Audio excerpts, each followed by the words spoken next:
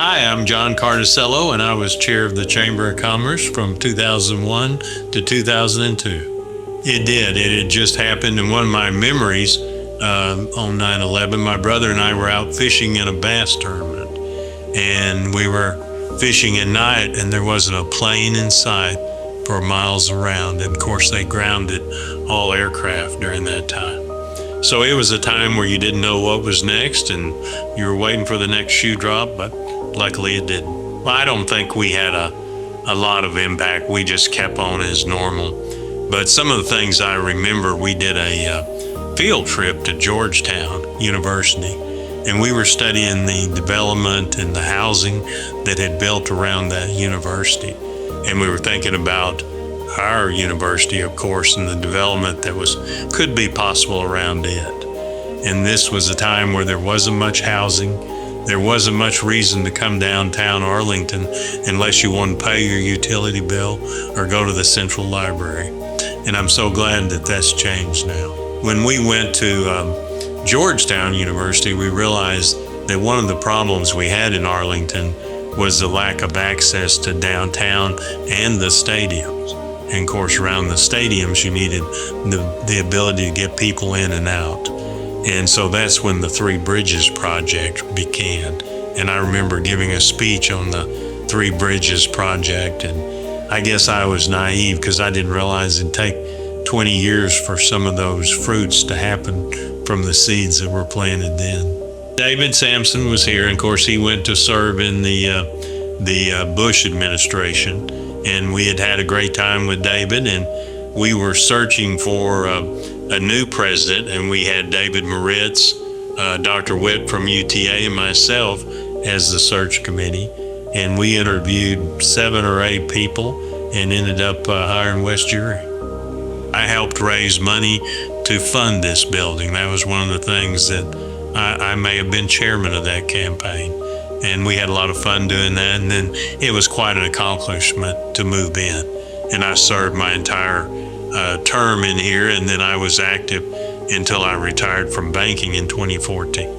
Well, I was a banker with JP Morgan, and I was used to calling people, and so I ended up calling the same people that I did in my everyday life, and so it wasn't that difficult, and we had a great success, and were able to raise a little over $1 million at the time. I'm sure it's worth much more now. Well, if you remember back in Arlington, during my tenure, the perception was that Arlington was a suburb. And you might remember that our mayor, Richard Green, said, Arlington is nobody's damn suburb. And I think all of us had that in our minds, and we were working hard to make Arlington something special. And I think today people don't think of it as a suburb, and that has to do with the 2 stadiums, the hotels, the Texas Live, the things that have developed because there's access to those areas in the entertainment industry. So it's with a lot of pride that I look at Arlington, and we've always lived here since 1980, and it's great to have seen it grow up.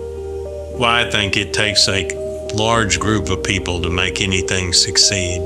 And when I see Arlington and I travel around Arlington, sometimes I see things that as a banker I finance.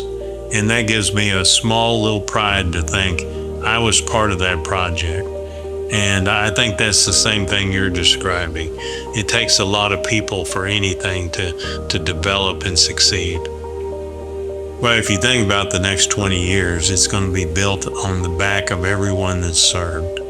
And so it's not going to be what one person did, it's what a group of people did. It's back to together we serve. And so I think you're going to see a revolution in this country that we've never seen before. Think about the Industrial Revolution, or we're about to have the technology revolution. And it's going to be bigger than any of us imagine. I hope it's good. It can go either way, but change is on the way.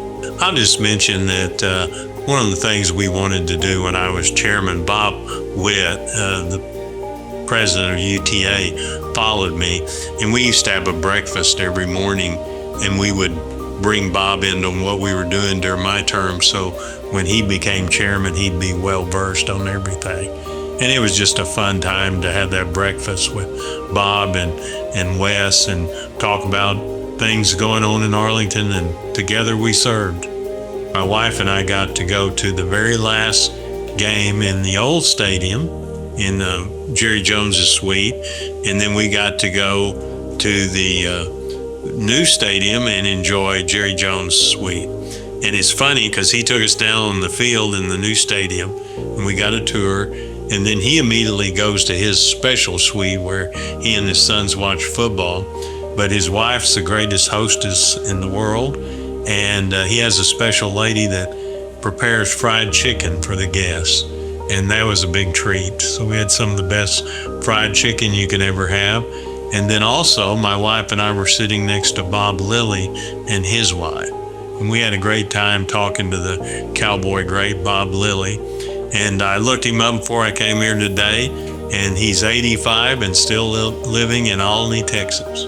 No, I enjoyed my time, and it was a great chapter in my personal history. I got to know a lot of people. I got to be involved in a lot of things. I remember our banquet that year. The governor of Texas actually preceded me in before I spoke.